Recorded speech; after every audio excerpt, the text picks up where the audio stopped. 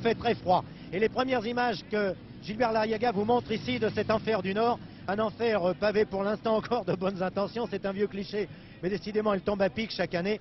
Vous pouvez constater comme nous que Gimondi est très marqué non seulement par la pluie mais aussi par l'effort. Pourtant, ce n'est pas une surprise pour nous car ce matin encore, nous le disions au départ de Chantilly, Gimondi comptait pour nous personnellement parmi les grands favoris de la course.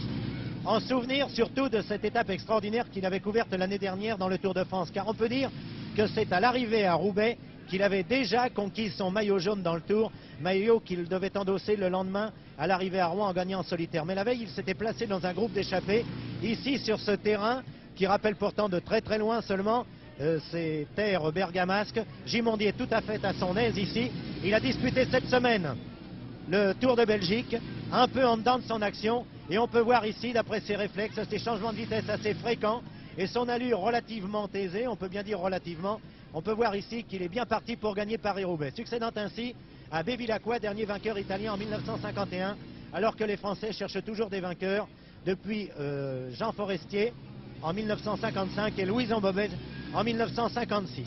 10 ans sans victoire en France, 15 ans sans victoire en Italie. Tout à l'heure, Adriano Dozan nous disait, à l'arrivée de Milan-San Remo, on constate toujours que les étrangers, c'est-à-dire ceux qui ne sont pas italiens, l'emportent. Et à l'arrivée à Roubaix, on va constater aujourd'hui.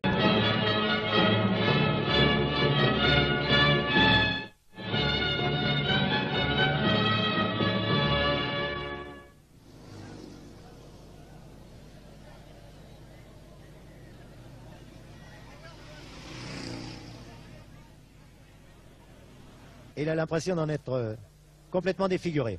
Ah, voici maintenant Gimondi à nouveau, vu de plus près, sur un braquet relativement grand, mais qui prend quand même la précaution de couper ses virages malgré le passage pavé. Lui au moins pourra faire cela, car derrière, il sera absolument impossible à tout le monde de pouvoir adopter la même tactique. Et regardez comme il est chahuté, cahoté sur ce trottoir.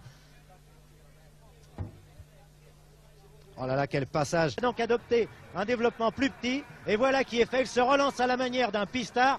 Décidément, aujourd'hui, c'est un super champion qui triomphe, car se présenter ici à Roubaix dans un tel état de forme, faisant montre d'une telle condition physique et disposant encore d'autant de réserves, c'est absolument éblouissant. Et voici donc Felice Gimondi qui entre sur le vélodrome de Roubaix. Reste, j'ai l'impression que même si sa famille le voyait, enfin, le voit maintenant à l'écran bien sûr, elle ne le reconnaîtrait pas ici. On le reconnaît, c'est curieux d'ailleurs, beaucoup mieux à l'écran que de le voir de très près. Une remarque encore, et les techniciens l'auront remarqué comme moi, Gimondi dispose là de roues avec des gros pneus de section, ce qui lui permettait de passer les pavés beaucoup plus en souplesse. Eh bien, deuxième l'année dernière du Tour de France ici à Roubaix, un Tour de France qu'il allait gagner quelques semaines plus tard. Gimondi vient de remporter